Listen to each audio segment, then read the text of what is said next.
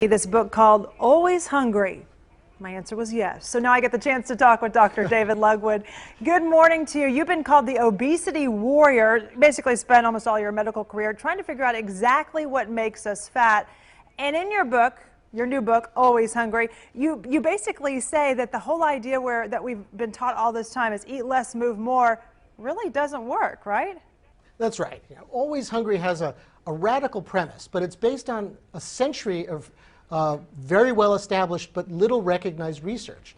The premise is just this: overeating doesn't make you fat.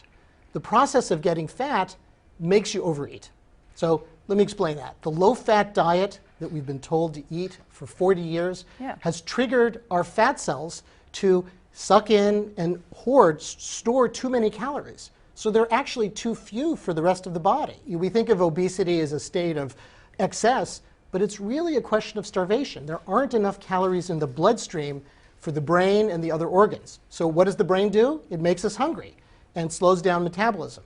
If we go on a low-calorie diet, guess what happens? We make that situation worse, creating a battle between mind and metabolism we're destined to lose. So the Always Hungry plan puts dieting on its head with rich, high-fat foods that reprogram fat cells to release their extra calories. And when that happens, cravings vanish, metabolism speeds up, and you lose weight naturally without the struggle. The purpose of the Always Hungry plan is to put biology back on your side. Okay. Let me show you a typical day on phase one. Phase one is just 2 weeks. We eliminate all grains, potatoes, and added sugar just for 2 weeks. Okay. But with all these rich, satisfying, high-fat foods, you won't miss the processed carbs. Breakfast, huevos rancheros, but instead of a tortilla, full-fat yogurt and berries. Okay. Morning snack, herb-roasted chickpeas. Lunch, steak salad with real blue cheese dressing. And there's vegetarian options for this and all other meals in the program. Afternoon snack, apples and nut butter.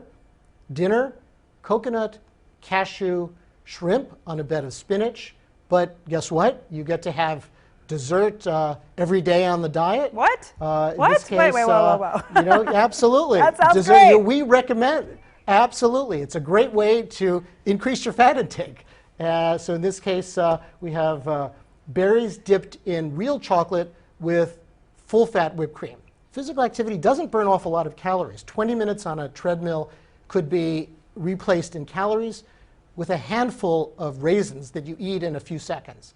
What physical activity does is help your fat cells calm down. It lowers insulin levels, calms chronic inflammation, and synergizes with diet to help your fat cells. It's retraining, it's putting your fat cells, but not you, into boot camp. Oh, why are we just figuring out this now? It seems like there's so many diets out there. Why does this work now? You know, there's been a lot of higher fat diets through the years. Of course, Atkins was very famous, and many people swear by it. Although that very low carbohydrate intake is really difficult for many people.